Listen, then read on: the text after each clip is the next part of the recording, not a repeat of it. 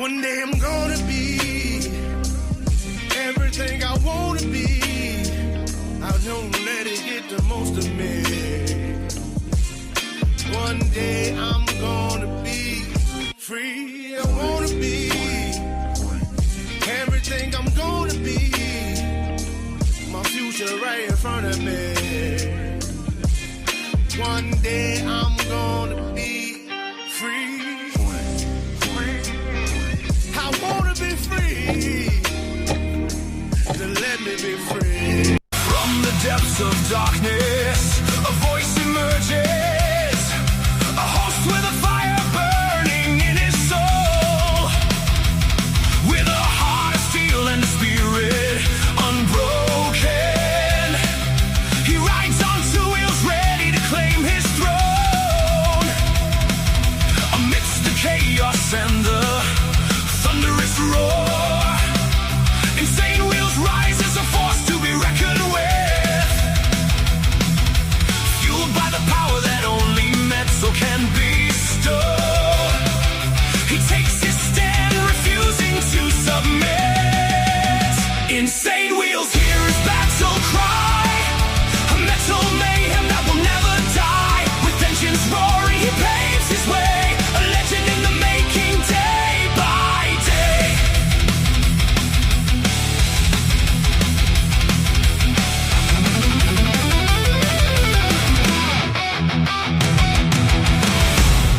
Good morning, ladies and gentlemen. Man, it was a brutal morning this morning. Great to see everyone in the chat.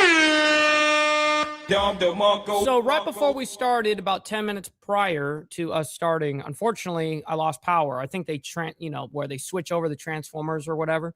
So I had to reset everything. And then another terrible thing that just happened is as I'm going live and I started live, everything's going good. The Facebook stream fails. So now it's boom, it dropped. Anyways, it is what it is. Listen, we've got a big morning ahead of us, like a humongous morning. Sometimes we have, just a normal kind of morning. Sometimes it's super busy. This Monday morning, definitely busy. First off, let me start off the top here. Happy Memorial Day to all. And listen, that's something that I'm just saying that if it weren't for those men and women that did the ultimate sacrifice for our country, man, it's just, I'm very grateful and thankful for those that served and put, whether they actually did lose their life or not, man. I'm just going to say thank you to all the vets that have ever served for our nation. All right, so this big morning, we have many, many stories. I think we're up to 13 stories this morning. Iran deal stalls, as well as White House shooting that happened over the weekend. And then we have Rubio in India. He's also that happened over the weekend. So let me give you guys the chronological timeline of what we're going to be discussing this morning. A lot of shit coming out. So let's go ahead and figure this out. So as you guys know, Tulsi Gabbard resigns as director of national intelligence. That happened, I believe, on Friday. I think it was Friday or Saturday, but I posted it in the Discord where I showed everyone oh shit, look at what's going on here. Then we have what we know about the acting director of national intelligence, the one that's going to be taking her place, right? Then we have some breaking news that happened a couple days ago with the explosion on New York, Staten Island's, explosion on New York, Staten Island, injured 16. And I believe it was some sort of shipyard or something like that, but we're going to get into it. We'll have the specifics for you in a minute. Then we have SpaceX Starship V3 mega rocket explodes after successful test launch and splashdown. So we have that footage for you guys. I mean, it actually blew the fuck up. So we're going to get to that in a minute. Then, of course, as you guys know, we try to do our best to follow any of the stories that we talk about. And so this is being one of them. Kyle Busch, cause of death revealed as sepsis caused by pneumonia. It doesn't get worse than that. Sepsis caused by pneumonia. And then remember, I was telling you guys, I'm I don't even know what happened. No reports are talking about it. They're just saying that he kept going into the hospital because he was very ill. But that was it. So we actually have the update on why. And then we have United States. This is as of yesterday, by the way. United States, Iran close to reaching deal to end war, officials say. And then don't worry, we got a lot of updates regarding Iran. And then another thing that was breaking yesterday. Trump says deal with Iran, quote, largely negotiated. And then we had shots fired that happened over the weekend, as you guys know, over there at the White House. So it was breaking. It was breaking when it obviously happened. Shots fired near White House. Says that the White House was on lockdown on Saturday evening after dozens of shots were fired nearby. Secret Service and FBI are on the scene. And, what I do know is, well, hold on. Let me finish reading. It says Fox News reported that the Secret Service took down the shooter. And yes, that's exactly what I was about to get at, is that he was unalived. He was definitely killed for what he was doing there. And then back to the Secret Service, a suspect shot and killed in shooting near White House. Bystander also shot. So there was a bystander that unfortunately got struck as well. And I don't know the exact where that person's at right now. We're going to find out if hopefully they're not critically injured. Then we have Secretary Marco Rubio delivers remarks in New Delhi. That's over there in India. U.S. and Indian officials hold joint press conference. So that's I'm going to give you that to you guys this morning as well. 18 hours ago, this is being reported, but this did happen, I believe, on Thursday, Friday, something like that. I think it was Friday. But nonetheless, damaged California chemical tank has potential crack, could relieve pressure, quote unquote. Now, the actual report is that there is an actual crack in the tank, but they're saying that could relieve pressure. So I don't know what they're getting at on that title, but nonetheless, this was over there. Let me go ahead and read it. It says, new information comes out as fired officials who spoke this Sunday. Evacuation orders reportedly remain in effect for more than 40,000 people in the area as officials determine their next steps. Now, this is over there. It says, according to our the correspondence, Thursday at GKN Aerospace, located on 12122 Western Avenue. That's where a 34,000 gallon storage tank containing methanol or methyl methacradal, so MMA, a toxic, highly flammable liquid chemical used to manufacture acrylic plastics, became severely overheated. And yes, the top level that it can get to on heat on the actual measurement of that tank is 100 degrees. And it's way past, it's at 100 degrees, but it keeps climbing. So it's very much a risk of not only, well, it's going to fail. That tank is going to fail. And I believe that, I'm trying to remember where this is at. I know it's over there in Southern California. I can't remember if it's Westminster. I don't think it's Westminster, but we'll get into it in a little bit. But it is over there in Orange County, California. Okay. And then 15 hours ago, this is as of 15 hours ago, Middle East latest, U.S. and Iran signal progress on Trump's peace deal. Yes, that is actually a good thing. I'm hoping that we actually can come to some sort of deal. It's the art of the negotiations, art of the deal, right? Viral teen takeovers spark chaos nationwide. It says a dangerous new TikTok trend called teen takeovers is prompting strict law enforcement action across cities in the United States. Man, these TikTok challenges and all these TikTok trends and shit, it's just bad news. And then as of just 2 hours ago, Iran war update, U.S. and Iran nearing a peace deal. Says President Trump says he will not, quote, rush into a deal, which he said, I think, yesterday or the day before, to end the ongoing U.S.-Israeli war with Iran. All right, so that is what we've got this morning. So before we get into like all the crazy madness, let's go ahead and do our call to actions real quick, and then we'll get into the crazy shit. Make sure you guys hit that like button, double tap that screen if you guys are on the vertical side. I very much appreciate it. It's free to do so. And also hitting that subscribe button is free. This is what we do Monday through Friday, and then of course Saturday morning for members only, man. Now, speaking of members, please consider becoming a member starting only at $3.99 a month. Making sure we're not breaking the bank out there with anybody, but check it out. This is what allows us to be on these airwaves as well as have these lights on. So thank you guys for becoming members and staying members. Little side note here, follow my Instagram at BallValveTV, where I post everything behind the scenes of not only my life, but as well as the show, Millennial Food Time Breaking News. And also we have a Discord server for all of you legends where we continue the conversation after the show. Make sure you guys join in. the actual link for it's in the video description down below. So check that out of any of our live videos. And last but not least, all super chats, super stickers, gifted memberships, and membership signups are, of course, all going to be presented live and shouted out onto the show. But if you guys would like to skip that YouTube 30% brutal cut that they take from your hard-earned cash, we have these platforms that are scrolling around the screen. At any time, you guys can donate to those, and I get 100% of the proceeds. And of course, I'll read out loud your message just like a super chat. So I've got my email up. We're going to be scanning always. We're always trying to get better at that. So, all right. Great to see everyone in the chat, man. Always appreciate all your guys' support, love, respect, all of it, man. We got Barbie in the building as well as Steve Easy, Rabbit of Chaos. We got Gary as well. Naomi in the building as always. Always appreciate you. We got Brother So Loud as well from the boondocks of North Carolina. Always appreciate it. We got Wildcard as well, my man. Good morning to you. Let's see. We got Sick Bastard, my man. And thank you for the raid this morning. I very much appreciate it. Hopefully you enjoyed your show. I definitely did. We got Steve Posey as well. Good morning. Good morning. We got Pops. Yes, sir. We got Easy Frank as well as Carrie, my man. And happy birthday to Carrie. It is his birthday today, so great to see you in the chat, bro. We got GEG as well. Good morning, good morning. We're scrolling down as fast as humanly possible. Let's see. We got Joseph up in here as well. Scrolling down. We got Buckeye as well. And let's see. There we go. The Smoking Auditor comes in with the 2 months saying 2 months of free membership gifts. Awesome. Yes.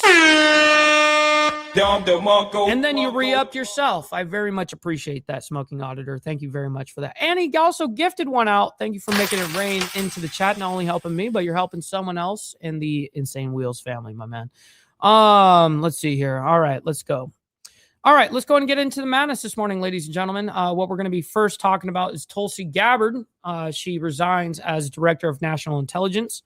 Let's go ahead and figure out what's going on here. This is now live on their channel as well, that Tulsi Gabbard is now resigning as the Director of National Intelligence. And so, of course, you do know that this is one of the latest people within the Trump administration who is now going to be stepping down from their position since President Trump has been in office during this second term. And so to continue to provide you just a little bit of context about what we know about Tulsi Gabbard, this was an exclusive given to Fox News that Tulsi is resigning from her post as the Director of National Intelligence. And she says this is to support her husband through his battle with, quote, an extremely rare form of bone cancer. Wow, I didn't actually know that. That was the first time I'm actually hearing the exact reason. I thought there was maybe an internal conflict. I think that's what most of us probably thought. And maybe there was. I don't know. But nonetheless, she's saying it has to do with her husband, and he has a very rare form, like disease. This is to support her husband through his battle with, quote, an extremely rare form of bone cancer. Oh my God. According to Fox News Digital. That's Gabbard terrible. did notify President Trump during a meeting in the Oval Office today. Her last day as the director there in the Office of Director of National Intelligence is expected to be next month on June 30th. All right, so that was a very, very quick update, just so you guys know what's happening there. Now, what we're going to figure out right now is what we know about the acting Director of National Intelligence, who's basically going to take her place. So let me go ahead and bring that up for you guys, and we'll go ahead and figure out who is taking her place. Here with the Deseret in D.C. saying this. Trump says that Aaron Lucas, who is currently Principal Deputy Director of National Intelligence, will be acting DNI after Gabbard resigns. Aaron Lucas. So that's the latest information. And so my colleague Christy Matino will be joining us in just a few moments to give us a little bit more insighted information. And so we'll continue to keep you updated here. But again, I wanted to bring up this statement that we have from President Trump as well. And so there you go, the President Trump statement that we have there as well. And so again, my colleague Christy Matino will be joining us in just a few moments to break down the very latest and give us a little bit more insight into what we know about this resignation and who's coming next. But President Trump's statement on Truth Social saying, unfortunately, having done a great job, Tulsi Gabbard will be leaving the administration on June 30th. Her wonderful husband, Abraham, has been diagnosed recently with a rare form of bone cancer, and she rightfully wants to be with him, bringing him back to good health as they continue a fight through this tough battle together. I have no doubt that he will soon be better than ever. Tulsi has done an incredible job, and we will miss her. Her highly respected Principal Deputy Director of National Intelligence, Aaron Lucas, will be serving as Acting Director of National Intelligence, signing it there, President Donald J. Trump. And so once again, we had been waiting to see when we... Now, what I do think from at least what I picked up from the very small report that we've already listened to here, it sounds like that Aaron Lucas actually worked underneath Gabbard. So that makes sense that he would kind of success into hear it. from President Trump on this. And to learn a little bit more about Aaron Lucas, I now want to bring into the conversation my colleague, Christy Matino. Christy, again, breaking news, Tulsi Gabbard stepping down, Aaron Lucas. What have you learned in the last few moments about Aaron and his background and what we could potentially be watching here? It's a good question. Yeah, Christina. So I'm sure a lot of people at home are wondering, who is Aaron Lucas? I dug into some old articles, really not that old, pretty recent actually, just from last year, from the Office of the Director of National Intelligence. And I do have some information just on his background that I wanted to share with our viewers here. I have two separate articles, and I wanted to start with this one. And this is from when DNI, former DNI now, Gabbard, welcomed Aaron Lucas as Principal Deputy Director of National Intelligence. And this was Principal Deputy. Just about a year ago at this point. This was back in July Whatever of principal 2025. means. And I'm going to read this verbatim again, once again. This is coming directly from that press release saying former Director of National Intelligence, Tulsi Gabbard, welcomed Aaron Lucas as Principal Deputy Director of National Intelligence following his confirmation by the U.S. Senate. And this was a quote from Gabbard saying, with over 20 years of serving our country in the intelligence community, I'm confident in the experience and skills Aaron brings to our leadership team at ODNI and the critical mission we are focused on. Going on to say his experience spans nearly every aspect of intelligence work, from his service as an analyst and covert operations officer in the CIA to his expertise in national security. Well, shit, I'm an analyst at this point. Policy during the first Trump administration and serving as chief of staff to former Director of National Intelligence. Aaron understands firsthand the work of intelligence collectors and analysts because he has done it himself. I'm confident he will help us to bring much needed transformational change, transparency, accountability, and mission focus to the IC. Now, once again, for our viewers just tuning in, this was a press release from a year ago as we were digging into just some archives here of really who Aaron Lucas is, as he is now the acting DNI director, just announced there by President Trump on Truth Social just a short time ago. But some more background on him. Lucas spent more than 20 years serving in the CIA as an analyst and an operations officer. Damn, he served in the CIA for 20 years as an analyst. Holy shit. Deployed to regions across the world. During the first Trump administration, he served as chief. Dude, that is so funny and true. Oh my God, Steve. Now that you said that, I can't unsee it. Of staff at ODNI. He was also the deputy senior director for Europe and Russia at the National Security Council. Now, prior to his work in the IC, Lucas worked at the Office of the United States Trade Representative, as well as Cato Institute, and that's where he met his wife, with whom he is raising 5 children. Lucas is an Arkansas native and a proud graduate of Texas A&M and the George Washington University. I do have a bit more information here as we continue to cover this breaking news. Some of this you may have just heard in what I just read, but as this is developing, we have people joining by the minute here. I do want to— Of course. So at least you guys know who he is. Now, we've got a humongous morning and we have to fly through. Okay, so there was an explosion on New York, Staten Island, injures 16 people. This is a big deal. I believe it happened over there at some sort of like shipyard or whatever, but we're going to go ahead and bring it up and figure out the story together. Let's go ahead and do that now. Welcome back to Live Now. Oh, real quick, we got Texas Gidget in the chat, by the way. Good morning to you. Great to see you in the chat. Hopefully you're enjoying the morning. I definitely know that we are. Happy Memorial Day, by the way. We got Johnny Reno saying he has a nice round head. Yes, sir. Good morning, Johnny Reno. Good to see you as always. All right, let's get back to From this. Fox, I'm your host, Anna Marsik. Let's go right now out to a live look. This is in New York as we are following a fire and an explosion at a shipyard on New York City's Staten Island. This has injured at least 16 people, including 3 with serious injuries. The New York Fire Department said somebody reported 2 workers were trapped in a confined space at the dock at about 3:30 p.m. Friday, and responding firefighters found a fire burning in the basement of a metal structure and dock, said Joanne Marino with the fire department's press office. Right now, a live look there on your screen, as it looks like we are losing that live feed right now, but we wanted to be sure to bring that to you as this was some breaking news as this fire and explosion at a shipyard in New York at Yes, that's very true, by the way. Steve Posey says, remember, if there's ever a day to fly your flag at half mast, it's today. Yes, sir. You know, and if mine's not already down by my father doing it, then I'll go outside and do it myself, because I also have a big flagpole in the front of the property here. Island. This expose there coming from New York Attorney General James saying, I am— What's up, Pablo? Good morning to you. Great to see you. For the Fire Department New York firefighters and everybody injured after the explosion in Staten Island today. Thank you to the Fire Department of New York for their swift response and for protecting New Yorkers every— Well, what was the explosion, though? day. So this live look that we just brought to you coming out of Staten Island as at least 16 people. Okay, the actual number of people, by the way, it says the Fire Department of New York reports 1 civilian was seriously injured, 2 firefighters were seriously injured, 2 firefighters were moderately injured, 9 firefighters were injured minorly, and 2 EMS workers were injured minorly. All were taken to the nearest hospital. It is not known what caused this explosion, at least within this report. Have been injured, including 3. Yeah, that's terrible. All right, we're going to go ahead and move on. Another explosion that happened over the weekend. SpaceX Starship V3 mega rocket explodes after successful test launch and splashdown. And now it really did blow the fuck up.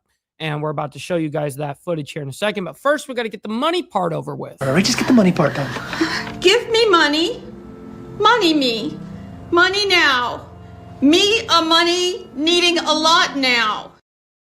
Yes, that's very true. It's factual. Denied. All right, let's go ahead and bring this up and we'll quickly get into it. Here we go. 3, 2. All right, welcome back in Alive Now. I'm Austin Westfall. Take a look at this. SpaceX's Starship 12 rocket had a successful launch Friday night before concluding its test run around the Earth with a planned fireball explosion as it splashed down in the Indian Ocean. Let's watch this. Look at this. Look at this. But that's after it landed. So this now I think that I don't know where it was planned. landing, if it was landing straight in water, but usually a lot of the touchdowns are on a barge of some sort. But it looks like it's kind of just in the water. I can't really tell. Of the launch itself.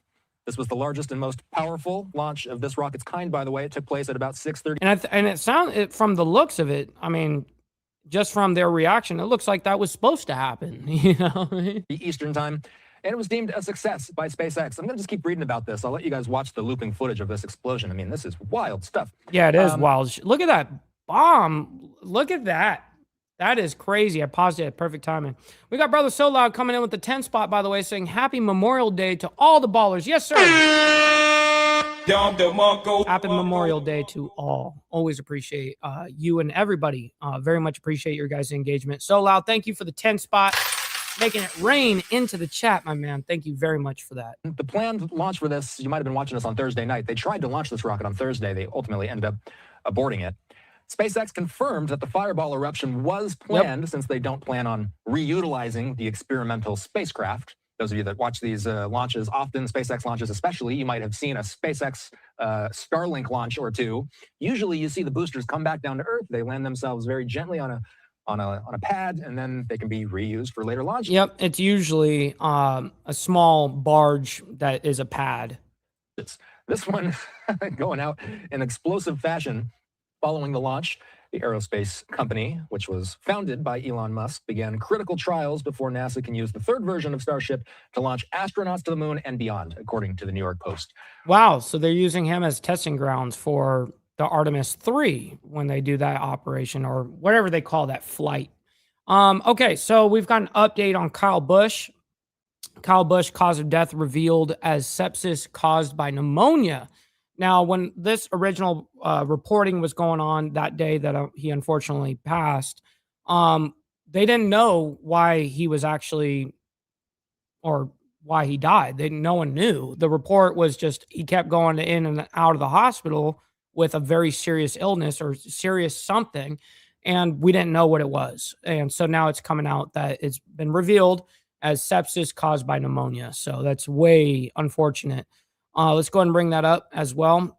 We do our best to follow all of the stories that we ever present. So that's why we're presenting this today. We want to share with you a bit of breaking news as it pertains to NASCAR driver Kyle Busch. His family has officially announced his cause of death as severe pneumonia that progressed into sepsis, resulting in rapid and overwhelming associated complications, according to a statement that was released by the family. I do want to put this up on your screen. That is the statement that was put out there saying this. The medical evaluation provided to the Bush family concluded that severe pneumonia progressed into sepsis, resulting in rapid and overwhelming associated complications. Dakota Hunter, who's the vice president of Kyle Busch Companies, said this in a news release that the family received that medical evaluation just earlier today. Busch, of course, is a two-time NASCAR champion. He died at the So it sounds like the family didn't even know about it to that level. Age of 41 on Thursday, just one day after passing out in a Chevrolet simulator. For some context here, we do want to let he passed out in a simulator, specifically a Chevy simulator. That's interesting. you know that sepsis is considered to be a life-threatening medical emergency that occurs when the body has extreme overactive response to an infection, causing the immune system to damage its own tissues and organs, according to the CDC. Oh, Typically, that's the immune miserable. system does release chemicals to fight off pathogens like bacteria, viruses, or fungi. But with sepsis, the response goes into overdrive. The results can cause widespread inflammation and a microscopic blood clot that make those blood vessels leak. And so Busch was thought to initially have had a sinus cold while racing at Watkins Glen back on May 10th and radioed to his team saying... So he thought he just had a cold, is being reported there. He just thought he had a cold. He didn't. So this must have happened within a very, very short amount of time. Needed a shot from the doctor after the race. However, he did bounce back to win the Truck Series race at Dover last weekend and finished 17th in the All-Star race on Saturday. Busch, who was preparing to race this Sunday at the Coca-Cola 600 at Charlotte Motor Speedway, was testing in the Chevrolet racing simulator at Concord on Wednesday when he became unresponsive and was transported to a local hospital there in Charlotte. That's according to several people who are familiar with the situation. I do want to put up some pictures and videos. Wow, 5150. I've never really dealt with like serious pneumonia, anything. You know, I've had it where I'm coughing that shit out, you know, but not serious. Sepsis hides its symptoms until it's too late. Wow, I didn't know that shit either. And then Matthew says, I wonder if he had the clot shot. And it sounds like to an extent that he did, but I don't know. Obviously, you know, when he's hospitalized at that point, I'm sure that they did, but that's of course assuming. On your screen as well of the late driver Kyle Busch. But it was during this emergency call that was placed late that afternoon that an unidentified caller calmly told the dispatch, I've got an individual that's got shortness of breath, very hot, thinks he's going to pass out, and is producing a bit of blood and coughing up some blood. The caller went on to say, coughing up blood? Oh, hell no. That's like that's the biggest red flag you can probably get. Busch was lying on the bathroom floor inside either that or blood in the stool too, obviously. Of the complex, and told the dispatch that he is awake, according to audio that was provided by the county sheriff's office. The man then gave directions where the emergency responders should go and that if they turn off any sirens upon arrival. We do know that other NASCAR drivers have spoken out, saying a fellow NASCAR driver said that he knew that Busch wasn't feeling well very recently, but saying, yes, I won't go into any specifics, but that when he ran that... It sounds like, at least from the timeline that she gave, it sounds like he went in and out of the hospital 2 or 3 times. That's what it sounds like. And it also sounds like that it happened pretty within like a week and a half, maybe 2 week span. Truck race last week, those thoughts were honestly kind of erased out of my mind. Another driver did say that they were running multiple races in the same weekend can be difficult on a driver's health, but most racers do not want to miss a race for the fear of being replaced. It is important to note that Kyle Busch is a very prolific race car driver. In fact, he run over 234 races across NASCAR's top 3 series over his 2-decade career. That's more than any driver in history. All 39 drivers in the field for tomorrow's race will be with an all-black number 8 decal on their car to honor the late Kyle Busch. And so we did want to bring you this update here on Live Now from Fox, as his family has now revealed that he died from complications due... Yeah, I mean, if his family is just finding out, obviously we're just going to find out too. Anyways, sad story there, at least because remember when we reported on that originally, I'm like, well, what was the cause? Like, what happened? And nobody knew. So even the family didn't. Unfortunately. So, okay. So, as of, it looks like maybe Saturday night, because it just says 1 day ago, United States and Iran are close to reaching a deal to end the war, officials say. Now, I do have complete updates regarding Iran this morning, actually. Now, this is from, it looks like Saturday night. And the reason why I'm even presenting this is to let you guys know how we got to what we're getting to this morning, because it does actually look somewhat promising that we may end up seeing a deal of some sort. So we'll figure that out here in a little bit. We're going to stick with, following this story. Of course, it's what we do. But first, let's go ahead and bring this up so that we can get a little bit of context. We don't even need to play the entire thing, but because it's very short anyways, but I do want to see what was being reported by officials. 2026 Atlantic hurricane season and or big outlets. And forecast. Now, we are going to step away in a moment for a commercial break, but we're bringing you some breaking news right now surrounding the conflict in Iran, as multiple news outlets are reporting that the conflict could be moving toward some kind of negotiated endgame potentially, but nobody credible yet is saying it is definitely over. Take a look at this X post there. Yeah, DLN, of course. I've got a fucking wild cat in this house, so of course she tears up this well, luckily she doesn't tear up any of my actual furniture, but the only thing that she will tear up is my fucking chair. So your screen coming from Trey Ying's. This was about 2 hours ago, saying update: President Trump is expected to hold a call with regional countries on the situation with Iran. Leaders from nations including Saudi Arabia, Qatar, the UAE, Egypt, Jordan, Turkey, and Pakistan will join that call. That is what a regional official told Fox. Nice try, human life. Actually, if you look at anything about who I am, you would take all of that back. You know what I mean? So listen, I'm involved in politics. I'm involved in a whole bunch of shit, like in my local government. I just ran a very successful campaign. I don't know what you're talking about. Fox News, that post coming about 2 hours ago from Trey Ying's. What's up, Mark? Good morning. Coming in moments ago saying, the call was very positive. Good progress is being made. A regional diplomat told Fox News regional leaders were supportive of the progress and of the breakthrough President Trump achieved with those talks. That coming from Trey Ying's moments ago, as we are learning these new developments. And this X post on Human Life. Are we on television right now? No. And by the way, we use many different sources. We use all sorts of shit. This is what we do Monday through Friday. Just because you don't do what I do doesn't mean you got to fucking hate on it. But hey, you do you, boo. Screen coming from Phil Stewart saying, remember, you're on that side of the screen. Have sent revised offer you're watching me to terminate the war, open the Strait of Hormuz. Two Pakistani sources aware of negotiations tell Reuters. The U.S. response to the latest proposal expected by Sunday. Two Pakistani sources aware of negotiations say. That coming from Phil Stewart earlier today. And of course, all of this just coming into our newsroom. So we wanted to bring this to you. I'm going to put up some video there of that conflict in the Middle East on your screen. This is what the AP is reporting right now. They're saying the United States and Iran are close to agreeing on a memorandum of understanding aimed at ending the war. Two regional officials and a diplomat said that today, as the United States has weighed a new round of attacks on the— And this video, by the way, was given out by Central Command. The Islamic Republic. Iran had signaled narrowing differences in negotiations with the U.S. after Pakistan's army chief held more talks in Tehran, and U.S. Secretary of State Marco Rubio had told journalists in India, where he currently is, that there is some progress being made and that there could be news later today. The officials and diplomat expressed hope that a final decision on the Pakistan-prepared draft could come within 48 hours as both sides review that. They spoke on condition of anonymity because they were not authorized to speak with the media. They did say that U.S. Vice President J.D. Vance and envoys Steve Witkoff and Jared Kushner played significant roles in helping bridge those remaining gaps, and that the Arab state of Qatar played a key role by sending a senior official to Tehran, Iran, to support Pakistan's mediation efforts. So, of course, oh, so loud. If you're talking about the hater in the chat, well, that's just random internet, dude. No one knows who the fuck he is. He's a nobody. And meanwhile, I'm just smacking on my big ass. Man, motherfucker talk all the shit they want. But you see me, I'm sitting up here snacking on this big ass sandwich, not getting a fuck. Kiss my dick, motherfucker. You know what I mean? Shit. This news just coming into our newsroom, and we wanted to be sure to bring that to you.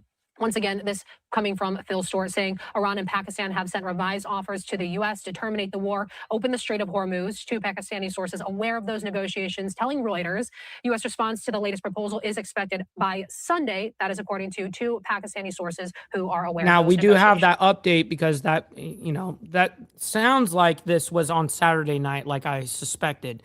Then we had an update going into yesterday and even now going into today, which is like, I think our latest report on Iran is just 2 hours ago that we have pulled up for you guys. First, let's go ahead and see what Trump says. Trump says deal with Iran, quote, largely negotiated, which is actually a W. This is in regards to Sunday. This came out Sunday right here. And then we have the update for you guys after we get through some other stuff that happened yesterday, because we're catching up on the weekend and up until current time right now. Okay, we are going to break out of the president's remarks. We don't typically break out of the president's remarks in the middle of a sentence, but we have some breaking news to share. Let's get straight to this. President Trump with some news on the Iran war. We know that the ceasefire negotiations have been happening behind the scenes, and we know that there's been a lot of developments in the last 24 hours. This is the latest. President Trump saying, I am in the Oval Office at the White House, where we just had a very good call with President MBS of Saudi Arabia. And then he also mentions the names of leaders of a number of other Gulf states, as well as Jordan as well. He says this is all concerning the Islamic Republic of Iran and all things related to a memorandum of understanding pertaining to peace. The president says an agreement has been largely negotiated, subject to finalization between the United States of No, I did not see that, Steve. I'm going to have to investigate that. That's interesting. America, the Islamic Republic of Iran. Good morning, and Miss various Lotus. Other countries as listed. Separately, President Trump says he had a call with Prime Minister Bibi Netanyahu of Israel, which likewise went very well. Final aspects and details of the deal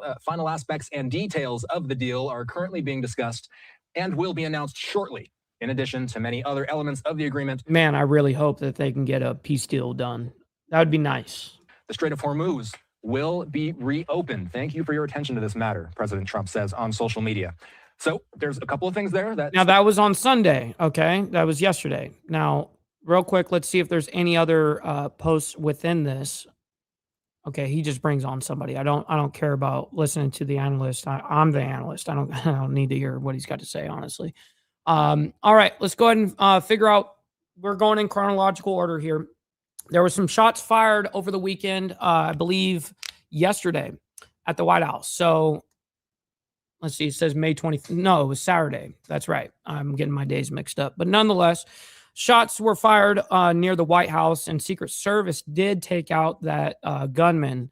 But he also there was a bystander that was, injured during this.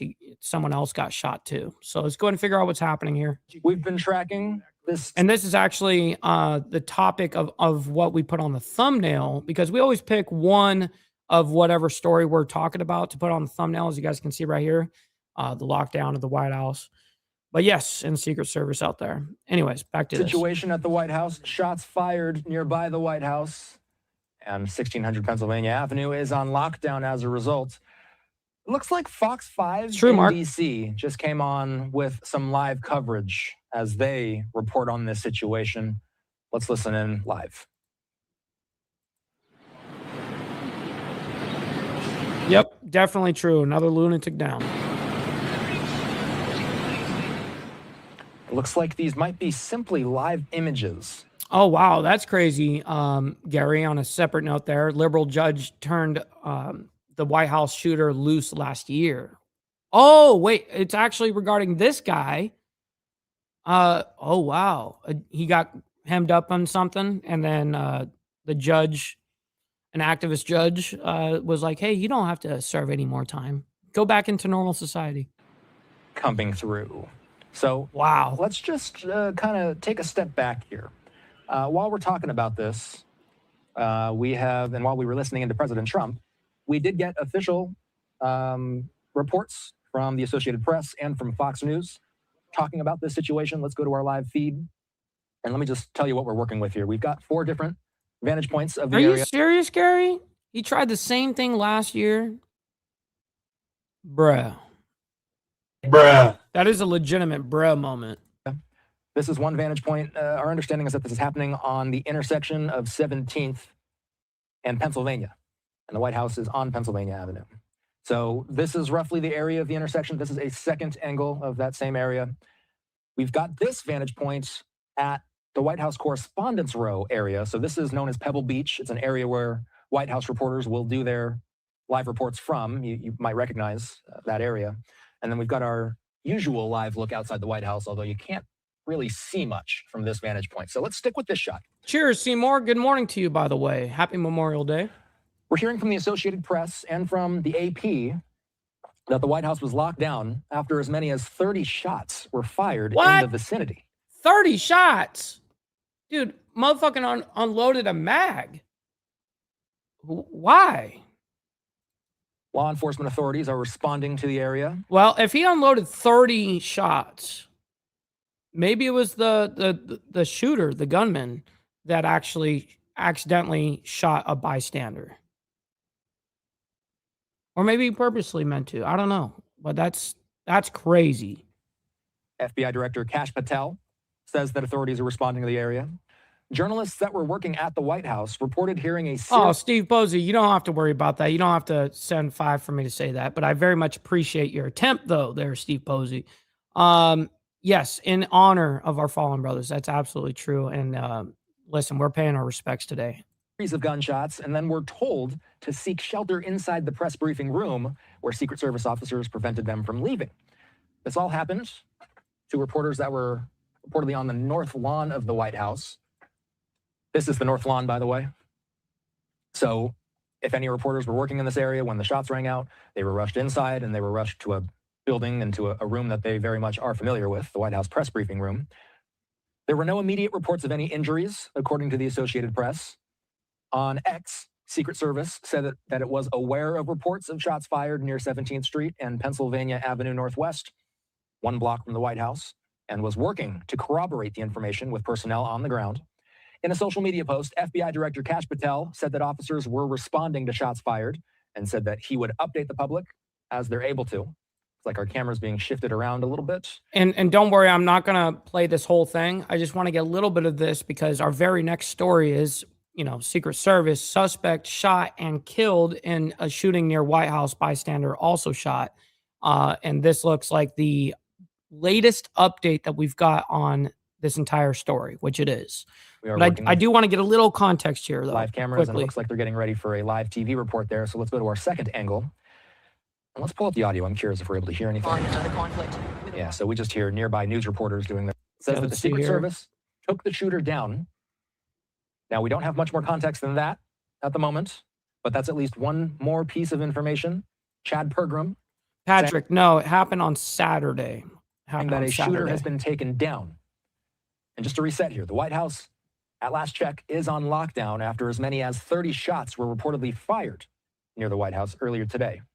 Correspondents reporting... Damn, 30 shots. ...in the area had heard multiple shots fired near the Eisenhower Executive Office building. He just mag dumped. All right, so let's go ahead. That was the little bit because he just admitted that they don't really have any more context at that moment. So let's skip ahead now to the latest report on this. Suspect shot and killed is in shooting near White House, bystander also shot. Let's go and bring that up. Also, real quick, what we got to do is we got to embrace our fuck ups real quick. Don't beat yourself up over past mistakes. You are going to fuck up again in the future, quite possibly in a most spectacular fashion. Why worry about yesterday's fuck-ups when you have tomorrow's fuck-ups to look forward to? You are a fuck-up, and fucking up is part of your growth process. Embrace the process.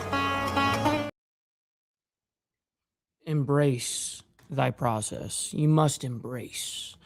Denied. All right, here we go. All right, you're watching live now. I'm Austin Westfall. Let's get to the breaking news. We've been following developments after the White House was temporarily on lockdown after a shooting happened nearby. Fox News' chief congressional correspondent Chad Pergram has been sending out updates. Here's his latest. He says the U.S. Secret Service says shortly after... And no shit, VF or VW, VH, whatever. I'm sorry, I'm on a different tab. Nonetheless, this, if you don't know what the fuck this is, we do Monday through Friday reporting of news, world news, geopolitics, all of that shit. On Monday morning, in particular, we speak about what happened over the weekend, okay? So listen, I don't give a fuck what you think is old news, blah, blah, blah. It's irrelevant to me and what we're doing here. PM on Saturday, an individual approached a Secret Service checkpoint in the area of 17th Street and Pennsylvania Avenue Northwest. A preliminary investigation indicates that as the individual approached, he removed a weapon from his bag and began firing at posted officers. Secret Service police... That's hilarious, yo, Steve. Yeah, I find it very ironic when people like love to talk shit, but meanwhile, It never comes from any other like YouTuber or anybody that's actually of substance ever. It never happens. It's always some fucking weirdo, and it's nobody. It's a nobody every single fucking time. Officers returned fire, striking the suspect, who was transported to an area hospital where he later died. During the shooting, a bystander was also struck by gunfire. It remains unclear whether the bystander was struck by the suspect's initial gunfire or during the subsequent exchange of gunfire. Okay, so that's where our question was, is are we going to figure out, well, who hit the bystander? You know, was it done from the original shooting of that 30 rounds that the dude let off? Or was it done by the Secret Service? No injuries were sustained by Secret Service personnel. The president was at the White House during the incident, but was not impacted. The incident remains under investigation, the Secret Service says. So, Chad Pergram with that statement from the U.S. Secret Service. Let's get to this live image of the scene. Let's pull up the audio on this for a moment. Yes, and by the way, you guys don't have to like everything that's going on around the world here in our nation either. But listen, you guys can like the video for me and what we're doing here. So I very much appreciate it. Make sure you guys double tap that screen and appreciate your engagement.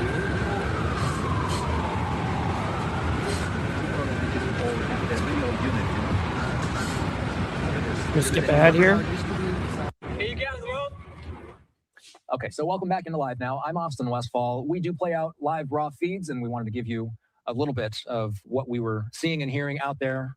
Multiple cameras around this. He gave a live feed like that so he can go take a leak. You know what I mean? You need to take a piss real quick, you know, so. Developing a situation.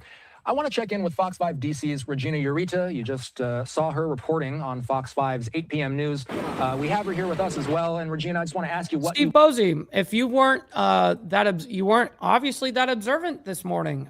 She was in the background earlier, and you guys saw her walking around actually. So sorry if you missed it. That's on you. Seeing out there.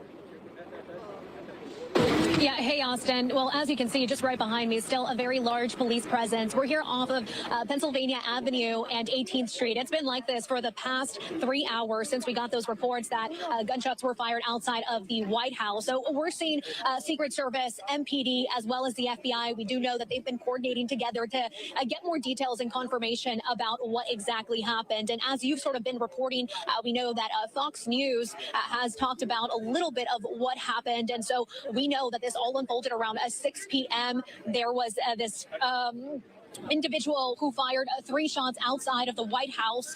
The Secret Service returned fire. 3 shots? Between that. Hold on. They were saying 30 shots. You just said 3 shots. 6 p.m. There was this individual who fired 3 shots outside of the White House. 3 shots. The Secret Service returned fire. Between that fire exchange, another bystander was hit. We know that bystander, as well as the shooter, they both are in critical condition. We're trying to get more information about that as well. We also are in critical condition.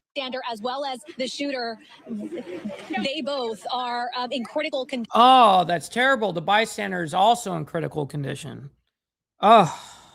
We're trying to get more information about that as well. We also are currently monitoring social media. We do know that the FBI has been posting that they'll be trying to update the public as soon as they can. But I do want to mention we're just a few blocks away from the White House outside perimeter line. We know that shooter did not make it into that perimeter. No, you would be wrong, Frank, because she absolutely was. That's just saying that you weren't observant enough. Line. He did not go inside. It was right outside of the White House.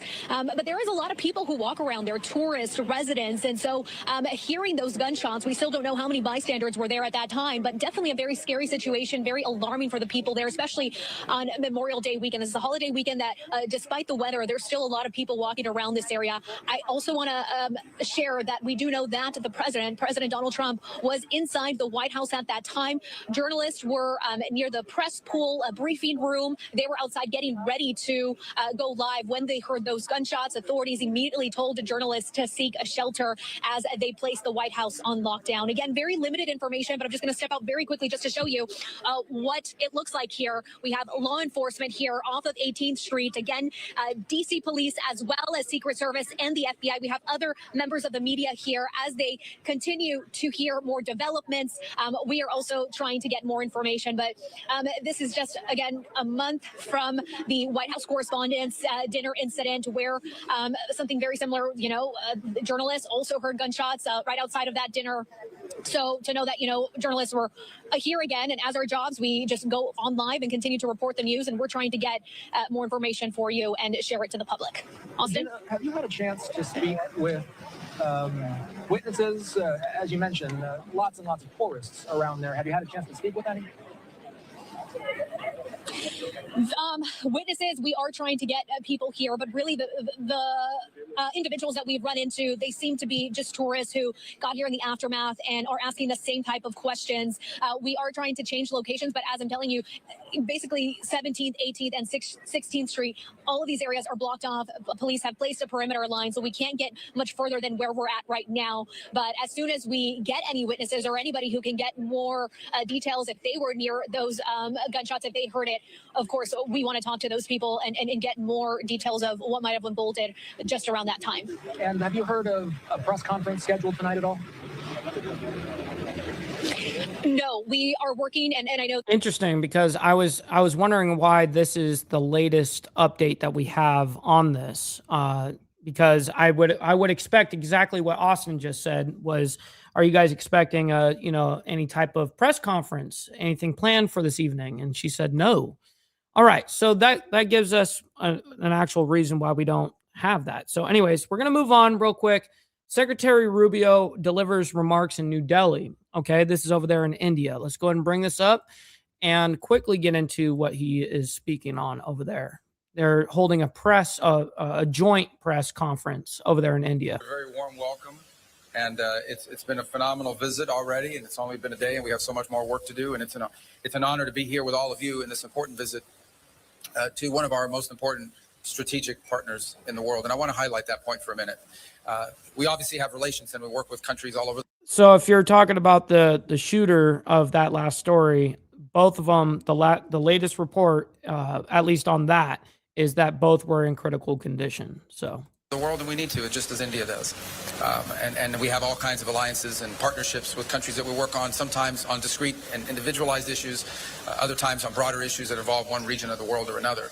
A strategic partnership is something very different. It's something much broader than that. A strategic partnership is when your interests as two nations are aligned and you work together strategically to solve those problems. And the list of issues that we work together with India on, the breadth and scope of them, is what highlights the fact that India is an important strategic partner of the United States, one of our most important strategic partners in the world. It begins with the fact of our shared values. We are the two largest democracies in the world. And so obviously that in and of itself begins to align our interests simply because our leaders respond directly to voters and people on a regular basis, which means I have to go back and justify to the American people every decision we make, and the president has to do the same on why it's good for our country, and our counterparts here in India have to do the exact same thing.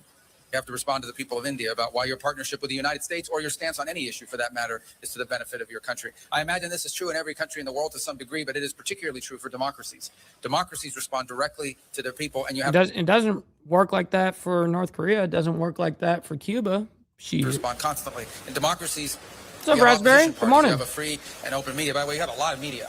We have media in our government. You guys have a lot of media, and that means a lot of scrutiny, a lot of attention.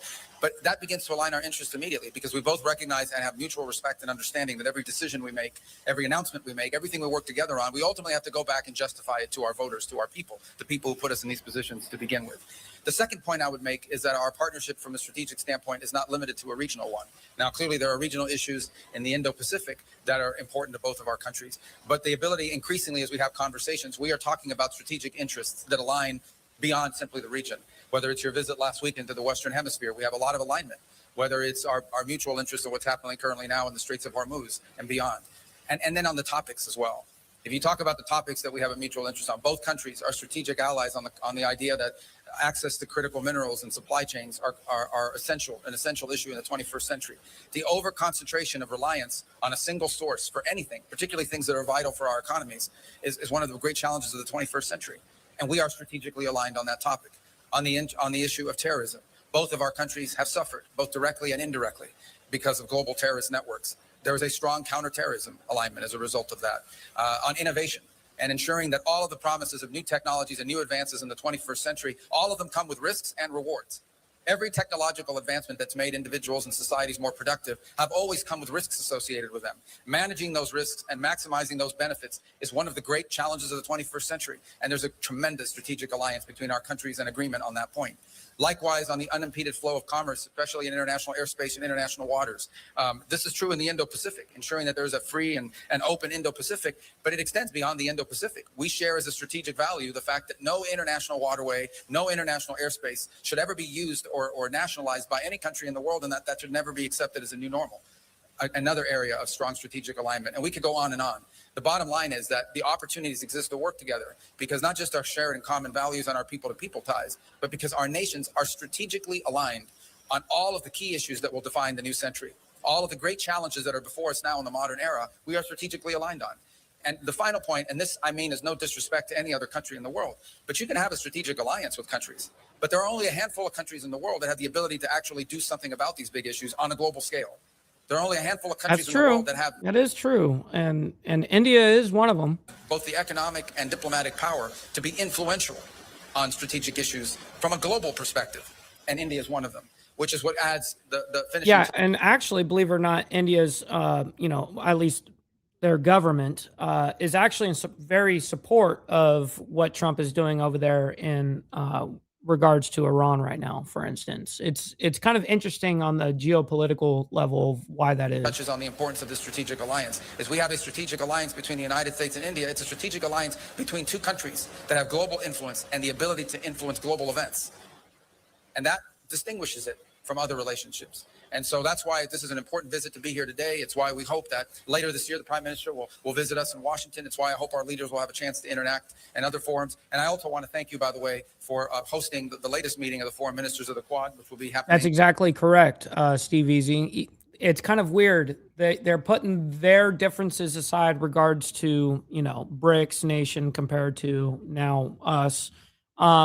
They put that aside for this kind of thing, which is why he was saying a strategic partnership, not just a partnership, strategic partnership.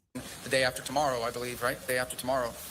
Another important mechanism and of joint cooperation. And one more example of our strategic relationship between our two countries, because the Quad is a form of alignment between four countries who are not just strategically aligned on a bunch of key issues, but four countries that have the ability to varying degrees to influence global events on these topics of mutual interest. So there's a lot of details and things we can talk about. I didn't mention energy, but we also are strategically aligned on energy. Energy and the ability to generate power is the key behind all of the great industries out there. Whether it's data centers, whether it's artificial intelligence, whether it's the ability to modernize and continue to advance economically, all of it begins and ends with the ability to generate the power necessary, not just. Which truly is actually oil. And we don't align on the oil trade front. To raise standards of living. But beyond that, to expand into new industries. And both of our countries are strategically aligned in ensuring that we have a world that can not just produce, but deliver the energy resources that are necessary to power a modern economy.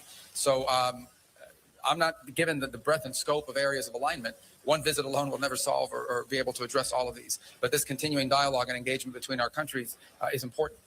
Because, as I said, I think it's not just evidence of the importance of our strategic alliance, but it's necessary in order to continue to advance on all of these topics. So thank you for your warm welcome. Thank you all for covering these events here today. And I look forward to returning many times. 4 days for a country of this size, of this beauty, and of this diversity, and all the things you have to show us. We can't possibly see it all in 4 days. But we're going to try, or we're going to die trying, because it's a pretty packed schedule. And I appreciate everything you facilitated for us in our time here together. Thank you. We're listening in here to a joint press conference that was held earlier this Sunday featuring Secretary of State Marco Rubio and his counterpart, as Secretary Rubio is in India to meet with several officials and also attend several more events later on today. We're going to step away for a quick commercial break. But no, we're not. So what I do want to see is if we get a translation here. Let me just hear and see. So for us. Oh, wow. Okay. Well, oh yeah, I'm thinking of a whole different fucking country right there. I don't know why I did that. Anyway, Gulf, the conflict which is going on. But look, India would be one of the very few countries who has very good relations, very strong relations with the United States, with Israel, with Iran, and with the Gulf countries. So we have, and we have real interest there. He's got a little bit of that S whistle, that, when people put that little whistle at the end of their S's, it's kind of a Southern thing, I guess. So for us, at least in the United States, you know what I mean? The challenge in this situation is how to maintain. And good morning, Dragon Classy. Great to see you in the chat, by the way. Good morning. All these relationships, how to protect our equities, how to advance our interests. And we don't look at it as a zero-sum game. We have to manage and actually take care of all these accounts. So having said that, I would say there are some general principles by which we would approach this region. Obviously, we want peace and stability in the region. For us, the welfare, the well-being of the diaspora is crucial. 3, we want to see energy prices go down because we are a very big importer of energy and much of it comes from that region. 4, as I stated in my remarks, we very much are in favor of safe and unimpeded maritime commerce through the region. And what we want to see is really the markets open up there. We don't want to see constraints. So these would be the principles with which we would approach that region. And in a way, of course, every situation is unique. But I think we will find increasingly in the world that there will be conflicts or difficult situations where India, because our interests are growing, we have relationships with. Is that what that is actually called? That's called a shoe whistle? No way. All the parties involved. I mean, we are seeing this in the Ukraine conflict as well, where we have, very strong relations with Russia. We have it with Europe. We have it with Ukraine as well. We have it with the United States. And then the question is, how do you manage them, all of them? So in that sense, yes, it is multi-alignment because today's India has that range of interests which require us to manage multiple accounts. Thank you, sir. Sir, if you allow, we can take a group of questions together. Sure. That way we'll be able to cover more. We'll take one or two. One or two questions. Hi, sir. I'm Siddhant from Vion. To Secretary Rubio, my question is on technological partnership. How do you see India as a trusted technological partner? The second question is on energy and critical minerals. Once your visit is over, what will be the key outcomes when it comes to these two aspects? And thirdly, there have been a lot of racist comments coming from United States against Indians, Indian Americans. Now, this goes against the basic premise of India-US relationship. So what's your take on that? Yeah. What's your third question? On a lot of comments, racist comments coming from US. Racist comments. That, of course, who made those comments? We all have seen those comments, sir. We have seen. He's talking about the general public. He's not talking about governmental officials. He's talking about the people. Endorsement of those comments. Which ones? I'm. So it's well known, sir. Anyway, yeah. We and to EM Jaishankar, my question is in terms of the energy partnership. We see know this is why this guy. It was lame that he asked 3 questions. Honestly, ask a question, not 2 questions, or 3, and this motherfucker throws in 3. That we are importing LNG, we are importing crude from United States, but there is a choke point at the Hormuz. So, what is the future strategy when it comes to cooperation with the United States? We go there. Oh my God! Oh my God! Great to see you in the chat, there, Straight Jacket. Besides Sean from AFP, sorry. Thank you, Mr. Secretary. I wanted to ask you about the latest on Iran. The president said yesterday the final details have been worked out on the Iran deal. Can you tell us what the status is now? As you said many times, it should go back to the status quo ante on the Strait of Hormuz. Are you confident that this deal would do that? And then taking a step back, we've seen from this war, if it's going back to the Strait of Hormuz, we've seen thousands of people dead in Iran and elsewhere. We've seen billions of dollars spent. We've seen some alliances rattled by this, global energy prices rising, global economic shocks. Was this war worth it? And to the External Affairs Minister, you mentioned at the beginning the strategic convergence. Can I just ask you about the Iran war in particular? Was that did that meet the interests of India and also the role of Pakistan? Pakistan's playing a very strong role with the United States right now. Does India have any concerns about that? Thanks very much. Thank you. We'll take one more question from this side. Vega from WSJ. Thank you.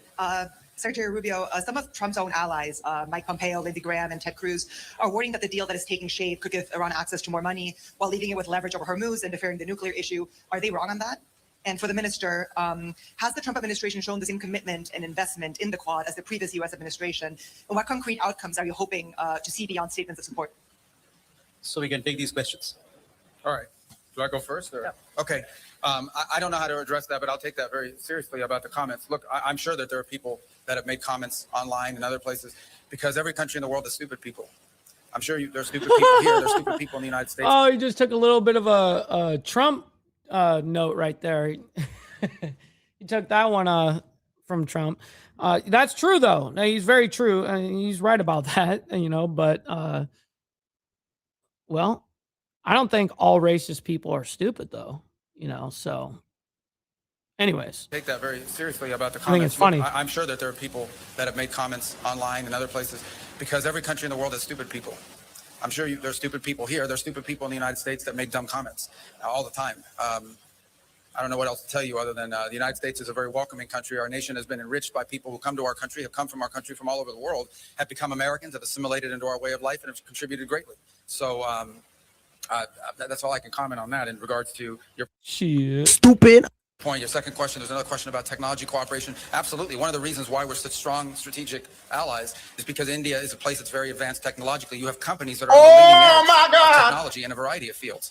And you happen to be our ally in terms of country to country. So it is an area of tremendous partnership. It speaks directly to the point that I made a moment ago, and that is you can have an alliance. What's up, Tootie? Good morning. We have, we work with countries all over the world on a variety of issues, but there are only a handful of countries in the world where you can actually partner to influence global outcomes. And so India is one of those countries, which is the reason why our strategic alliance is so critical. It's a strategic alliance between. Well, yeah, I mean, they're a nuclear power as well. Two highly capable partners who have industries within our country, private industries within our countries that are on the leading edge of some of the top technologies of the 21st century. So it makes all the sense in the world. Two democracies with a lot of pre-existing links with companies that are on the leading edge of cutting-edge 21st century technologies, partnering together to make sure that those technologies are not just developing and continuing to lead the world in innovation, but are doing so in a way that furthers our national interest. So that is on that point.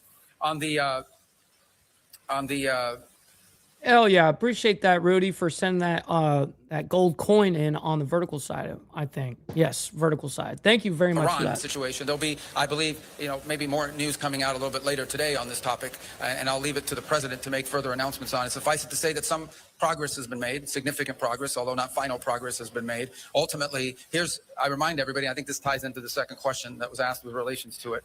What is the goal here? The goal here the ultimate goal is that Iran can never have a nuclear weapon.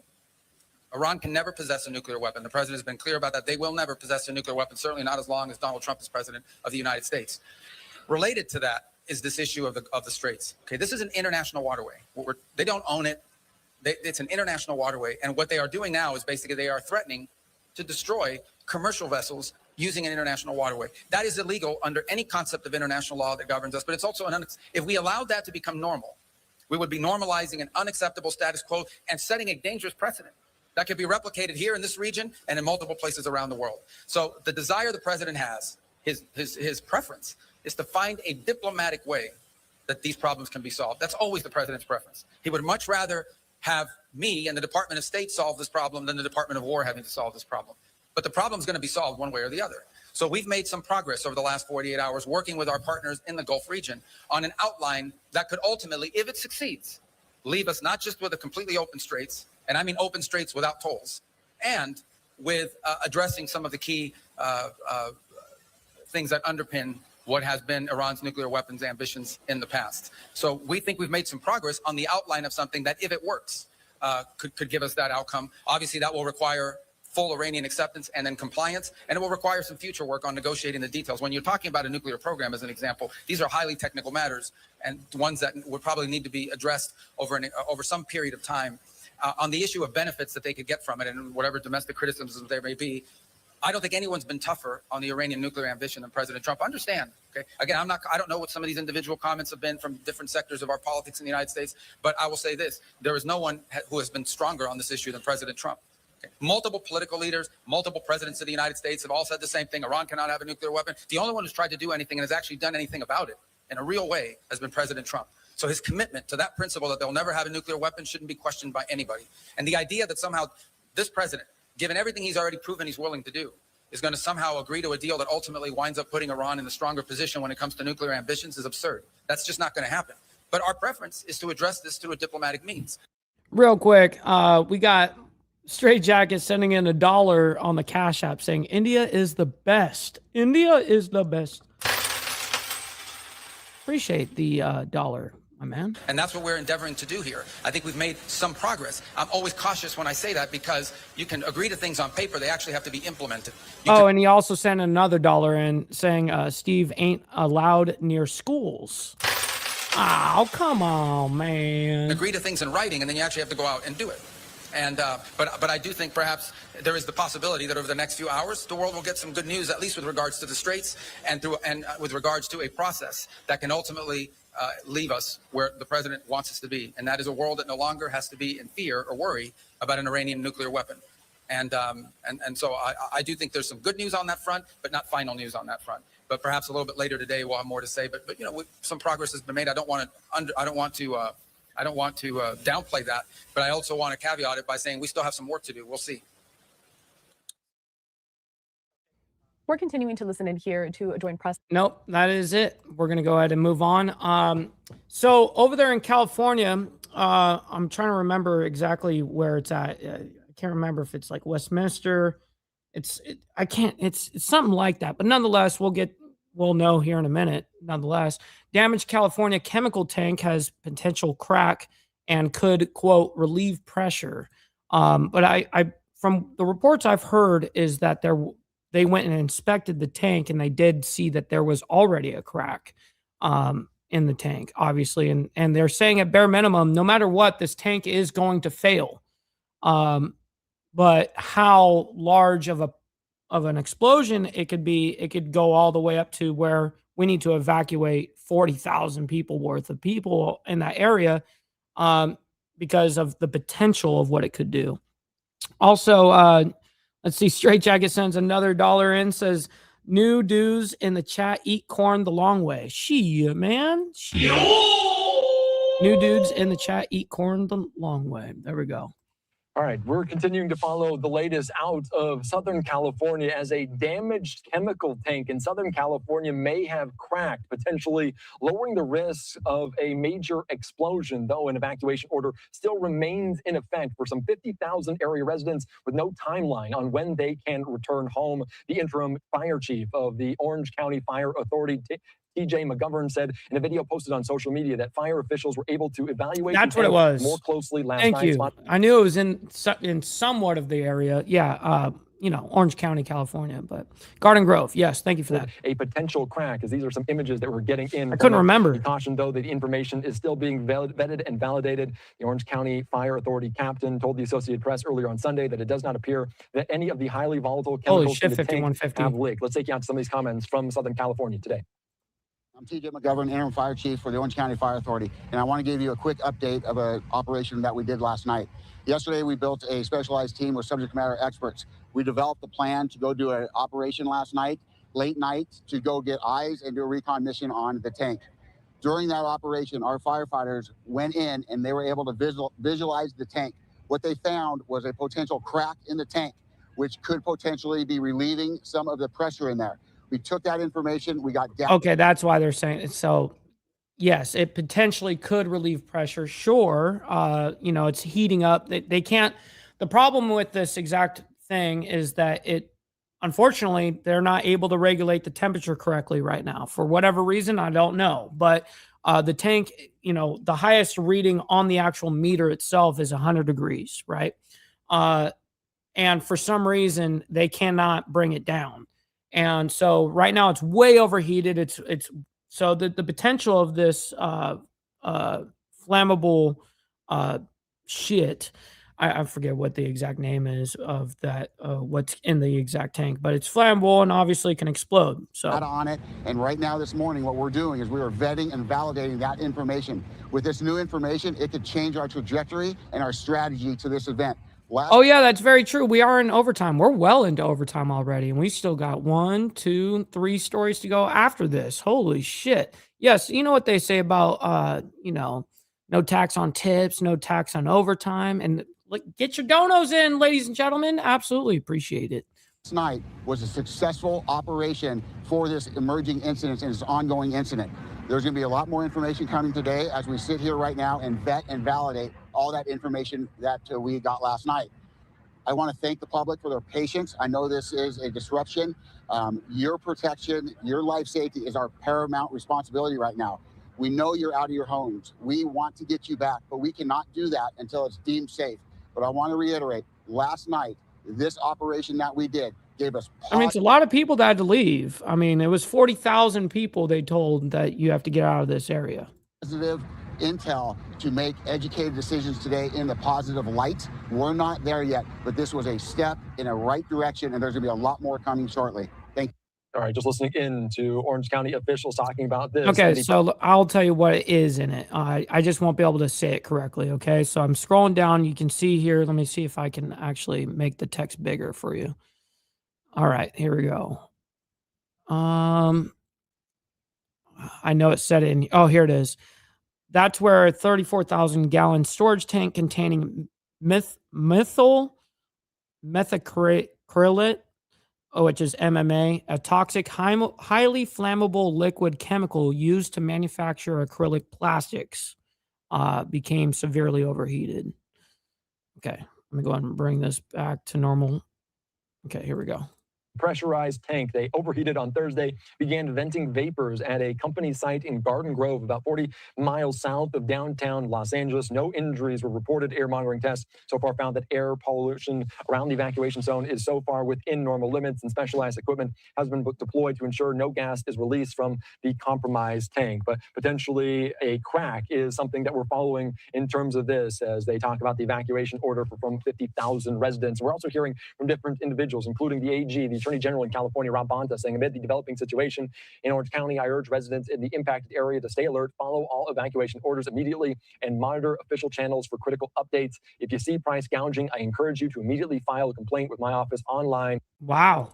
Or at that, and contact your local police department or sheriff. Good on them, Rob Bonta here, for saying that. That's pretty radical. If you see price gouging, he says, like, basically from like hotels or whatever, I encourage you to immediately file a complaint with my office online. Boom. Wow. All right. So let's go ahead and move on into, we have two actual updates from the Middle East. I'm actually going to skip that middle one. So first, let's go into viral teen takeovers spark chaos nationwide. A dangerous new TikTok trend called, quote, teen takeovers is prompting strict law enforcement action across cities in the United States. I swear, man, all these like stupid TikTok trends and TikTok challenges, it's insane anybody actually like does that shit that is to this kind of level. But nonetheless, real quick, let's get the money part over with. We haven't done it yet, and we are in over. All right, just get the money part done. Give me money. Money me. Money now. Me a money needing a lot now. Actual factuals. All right, here we go. Let me go and bring this up before we get into Iran. Welcome back into Live Now from Fox. We want to shift gears here a bit and talk about some of the trends that we're seeing across the country here. I do want to bring this up on your screen here. And what you're looking at is this viral teen takeover movement here that we are seeing across the country. And I just want to give you a little bit of background of what we're seeing, as from upscale waterfront neighborhoods to malls, parks, and packed restaurants, viral teen takeovers are erupting across the country, with police responding to fights, robberies, vandalism, and gunfire as massive crowds of juveniles overwhelm public spaces. And you can see there, we have 4 boxes there of these teen takeovers in Chicago, Florida, Washington, D.C., and Atlanta, Georgia. So what we want to do now is bring in our next guest onto the program. Look at that chaos. Michael Gold, who is the founder of the NYPD K-9 unit and a former... So one is in Chicago, obviously, one's in Brandon, Florida, one's in Washington, D.C., and one's in Atlanta.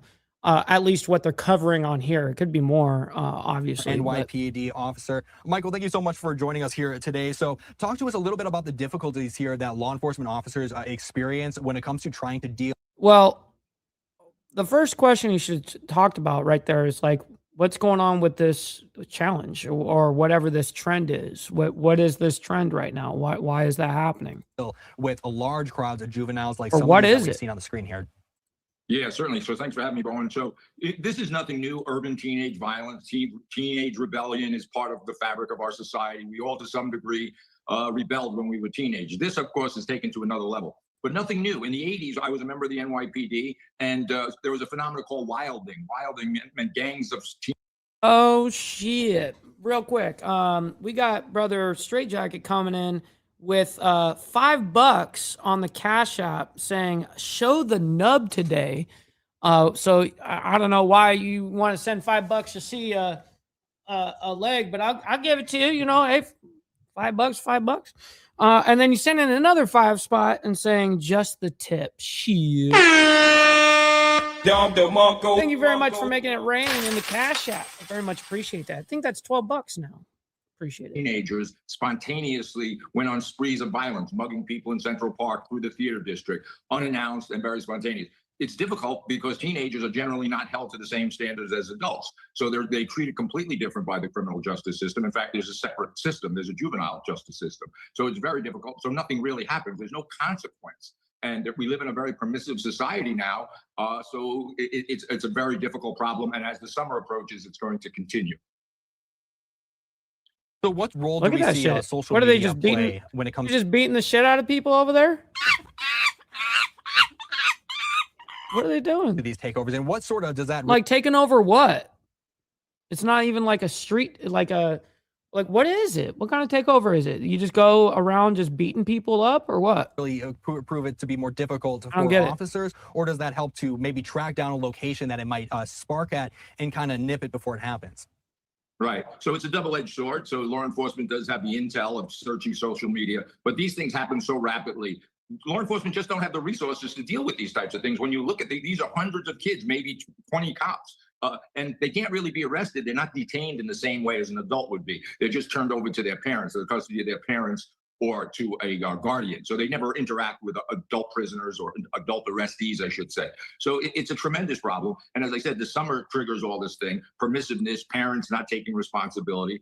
So it's a societal problem that's existed before, but social media certainly adds fuel to the fire. for Absolutely. sure. All right. Sounds like we're not going to get. Oh, wait. I want to see what Sheriff Judd has to say here on this here real quick. But I'll guarantee you, they start cutting the fool, tearing up people's businesses, fighting in the streets. We're going to lock them up, all of them. And then, mom and daddy, if you don't hold them accountable personally, make sure they're home when they need to be, then we're going to come lock you up too. Shit. Bruh. Oh shit! Oh shit! That motherfucker crazy. Listening to the sheriff there, or could we possibly see any sort of repercussions when it comes to parents of these kids that are out and about with these takeovers? Yeah, certainly. So the sheriff is right. It's a little tough talk because the reality is police can arrest everybody that crosses the sidewalk illegally.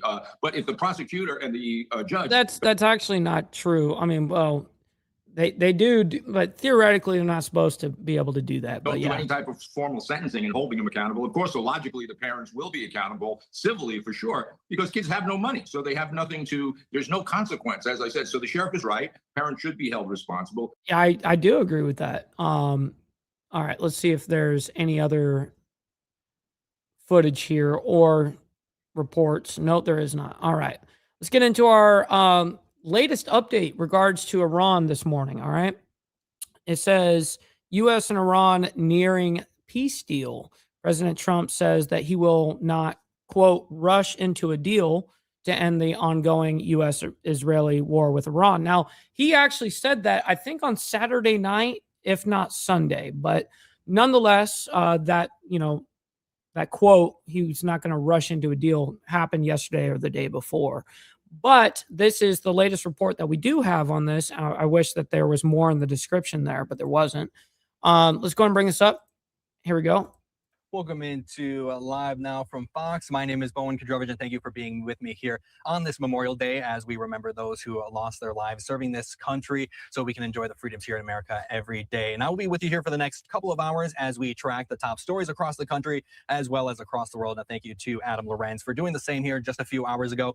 Now, there's a lot to get to today. We have Secretary of State Marco Rubio. He is over in India speaking with leaders there in India when it comes to a lot with trade discussions, as well as there were some issues or tensions tensions, rather, when it came to tariffs between the United States and India. We also have Pope Leo giving his encyclical today as well. So a lot going on early on this morning. But what we want to start out with first here is the latest with the developments that we are getting with that conflict over in the Middle East between the United States and Iran. We do want to bring this X post up here, courtesy of Fox News. This says President Trump says critics are attacking an Iran deal that, quote, isn't even fully negotiated yet. In a lengthy statement, Trump defended ongoing talks while sharply criticizing the Obama administration's nuclear agreement with Tehran, claiming it handed Iran, quote, massive amounts of cash and enabled its nuclear ambitions. If I make a deal with Iran, it will be a good and proper one, Trump wrote before insisting, I don't make bad deals. The statement comes as the White House continues negotiations amid mounting pressure over Iran's nuclear program. So there's a lot to get to in terms of news. What's up, Too Far? Good morning to you. Great to see you in the chat, and happy Memorial Day. And developments when it comes to Iran and the United States. So what we want to do now is bring in Dr. Asaf Ramarowski, the Executive Director for Scholars for Peace in the Middle East, back onto the program. Dr. Asaf, thanks as always. Man, I always appreciate Dr. Asaf. He's my second most favorite, analyst in the game. Coming on here. Now, the framework agreement with Iran is 95% there, officials said, through negotiators were haggling over language detailing Tehran's nuclear stockpile and the Strait of Hormuz. Now, the Iranian president claimed that Iran is not seeking nuclear weapons, but can they be trusted with a nuclear stockpile? Good morning, as always. First of all, the short answer is no. I mean, Iran has a long pattern of behavior. What's up, Morto? Great to see you in the chat, by the way. Good morning. Of lying, of delaying, and if Iran has the capability, Iran will use it. The highly enriched uranium that we're talking about equivalent to about 445 or so kilograms. That's about 1,000 plus pounds. The estimations, even according to the United Nations, according to the IAEA, that much of this is being still hidden underground under Ifshah's, and some of the other facilities, some of the other facilities that were bombed back in June. And so there is still, a significant amount of uranium there. And that highly enriched uranium is basically 60% weapons grade, which brings us to 90%. Right. So actual weapons grade, nuclear weapons grade is 90%. So the reason why that they're at 60% is actually because they're using it as a negotiation tactic. There's a reason why they keep, enriching until 60 and then they hold off at 60. It's a negotiation tactic. Of what they can do vis-a-vis the bomb. It's really a technical step, from moving ahead to an actual bomb itself. The United States should not be willing to live with that. And for that matter, neither are our allies. I mean, the Israelis have been 100% clear about this, according to Netanyahu's statement, that they will not live with in Iran that has the capability. That's true. 60% will make a dirty bomb. Ability of highly enriched uranium. And so that's there. And for that matter, the Gulf as well. So I think that we are, Iran has used these 6 weeks to basically delay and delay and delay. This is what they do. And in the interim, they have been rearming, regrouping. I mean, we know that some of the potential armaments that are coming in from Russia. Some of the surveillance is coming in from China. You and I have discussed this over the past few weeks. And so I have no doubt that they are planning. And so they're playing games and trying to stall. To the end, and to the comment that you posted, the modality and the pattern of behavior for the Iranians is the Obama deal. I mean, the JCPOA, from their perspective, was a phenomenal success story. The idea of that we want, obviously, Iran has been crippled economically vis-a-vis the Straits of Hormuz. The main two sticking points to your earlier point is, of course, the Straits and the highly enriched uranium. If those two elements, of the deal are not on the table, then there is no deal. I mean, it was a little bit, I think that the concern that some of us watching all of this had yesterday was that there were rumors that there was going to be a deal signed yesterday, or there was an immediacy to have a deal. Then the president backed off saying, yes, that's originally what I heard yesterday, is that, we might actually be getting a deal maybe even today. And but it's not, but it's looking like it's looking somewhat promising that we could be going into a deal, which would be great. That would be phenomenal. I hope that does happen, actually. There was no rush, and basically giving the impression, at least, on the face of it, that there's still that, they're not going to rush into bad deal, which is what led to the posting that you put up before. I hope that that's the case. I think that we should not be rushing into a deal, and a bad deal with Iran, as we've known, can lead to further bad things. And so from my perspective, we need to squeeze the Iranians as far as possible, and if need be, resume military operations. You just said there moments ago how that deal was almost inching closer, and not to rush into it. We have this expose here from Bloomberg that says the U.S. and Iran are closing in on a deal that would reopen the Strait of Hormuz. Senior U.S. officials said Sunday, even as President Donald Trump insisted he would not rush into an agreement. In your assessment, why is it important not to rush into anything right now and really be strategic here when it comes to making a deal? As we know that there's going to be a lot of pressure with a lot of other countries that rely on the Strait. In your assessment, why not? Why is it best to take it more easy and really be strategic about this?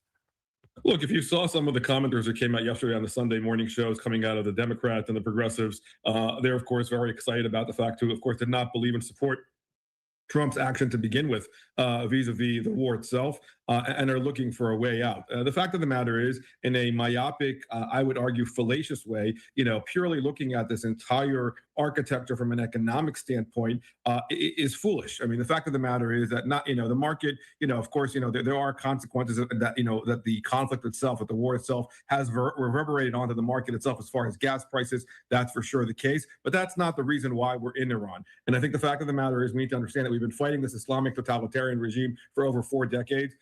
They have the capabilities. They have a terroristic agenda. They have an authoritarian agenda of how they've been managed. And rushing into an agreement will only prolong us, from finishing the job. And again, if we don't finish the job properly, we're going to be back in it months and years from now. And again, the other point that I did not mention yet, which is of course critical to understand. If the regime is still intact at the end of all of this, then what have we done? I mean, the fact of the matter is that this regime, which well, yeah, I mean, that's why the original operation on Iran, when we initiated this war here, not the 12-day war, but this war here, well, I'm whatever. I'm not even going to get into it. I'll just say they have been abusing and using their own people. They've been the one who are selling the agenda all around. And not to mention the fact that the IRGC and the Ayatollahs still have this long reach as far as long potential objectives vis-a-vis the anti-Americanism. What I was getting at is that we only got 1 out of 4 of the objectives that we actually wanted out of that whole operation. But that's basically what I was going to get at there. Anti-Semitism, then that will continue. And so unless we are decapitating the regime itself, including the capabilities. And so we're talking about here 2 different elements of the tactical capability, the military capability itself, and what they can and can't do. And so all of this needs to change. And then, of course, you can't, ignore the political reality of Iran today. And so Iran is indeed suffering economically. The people are suffering all along as a result of this regime. If they are still in office at the end of the day, then the regime wins, which is exactly what they want to do, which is exactly why they're trying to buy time. And this ongoing kind of game that's going on. Yeah, it definitely sounds like it on this one, Steve Easy, for sure. Now, and believe it or not, I like this dude. He's done actually a very good job of reporting on, like, for instance, like Syria, a lot of the Middle East that you were there watching it with me, and he was very objective on a lot of these things. And we haven't seen him we haven't seen him much at all during this war. And so it's interesting to hear his take, and he is definitely sounding that way. Interlocutors vis-a-vis Pakistan or China or anybody else involved in trying to put pressure on the Iranians. From their perspective, any deal would be a good deal because they're looking also for sanctions relief in the tone of billions of dollars, and they're looking to make money off of this to try to get from their narrative. They are owed anything that they are deserved to them, and they are not. They wash their hands of any kind of responsibility of putting them into this situation. When the fact of the matter is, we should not forget that they're the ones who started this war 47 years ago, and they've been the one responsible for. Well, that's been one of the arguments for a lot of people, not just analysts, but just people themselves, saying, well, we should have been doing this, should have been handled 47 years ago, kind of thing. But it wasn't. Right. So anyways, this coming out from Secretary Rubio, Iran is threatening to destroy commercial vessels using an international waterway. If we allowed that to become normal, we'd be normalizing an unacceptable status quo and setting a dangerous precedent that can be replicated in this region and around the world, which he is right about. I mean, real quick, let me bring up the maritime vessel traffic for the new viewers here. The one thing that I will show here is this. Okay. So this is the Strait of Hormuz, as like everybody knows. This is the actual maritime traffic, though. Okay. So what he's getting at, what Marco Rubio was getting at there, is that there's multiple straits in the world that are used on a global economy level. You know, many straits. You know, there's a strait right here. As you guys can see, this is down by Yemen. And as you guys also know, the Yemen Houthi rebels run this area. And there was even threats that they were going to shut down this shipping lane right here, which is through this strait by Yemen. That was interesting because we were all expecting that these guys were going to do it. They were like that there was going to be the Strait of Hormuz shut down, and then this one was going to shut down too. And remember, shutting down straits doesn't mean you have to actually do anything, actually. It's just the fear factor of like, hey, you know, if you do, and let's just say one attempts it, well, it doesn't cost a lot of money just to have, you know, 4, 5, 6, 7, 8 drones swing into that ship and make an example. And they all they have to say is that there are mines dropped in the strait or whatever. And then you're going to have ship, you know, not only ship captains, but ship owners, insurance companies of the cargo. They're going to say, no matter what, you're not to be going through that until this shit gets cleared. We're not risking it. So you got to remember how it is on a psychological level rather than an actual enforcement level. Okay, that's what makes this so difficult. Anyways, but there's many straits around the world, and it's important that these waterways are, of course, open to international. I mean, these are all international waterways, right? So, anyways. Listen, I can't thank each and every single one of you guys enough. You guys always show so much immense love and support for the channel. I'm very honored with that. Listen, we're going to be back tomorrow morning for more of the World's Madness. Thank you all that support the show Monday through Friday, as well as Saturday morning for members only. We always have a good time, man. Make sure you guys hit that like button on your way in or way out, whatever, and double tap that screen. Always appreciate it. And listen, we'll be back very soon. Stick around for the raid. We're going to be raiding our buddy Rob Knorr. He's a great political commentator. Make sure you guys go over there and let him know we're coming through with the Mike Balls / Insane Wheels raid. All right. Until tomorrow morning. God bless everyone. We'll see you guys very soon. Be safe out there. Much love. Happy Memorial Day as well. From the depths of darkness,